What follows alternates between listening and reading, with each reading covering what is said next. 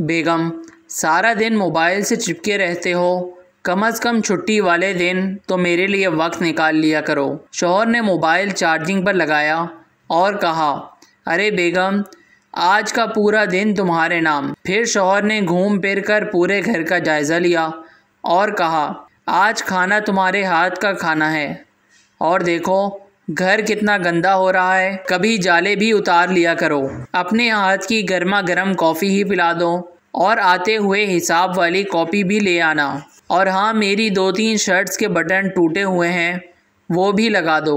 بیگم بھاگتی ہوئی آئی اور شوہر کے ہاتھ میں موبائل پکڑاتے ہوئے بولی، یہ لیں فل چارج ہو گیا ہے۔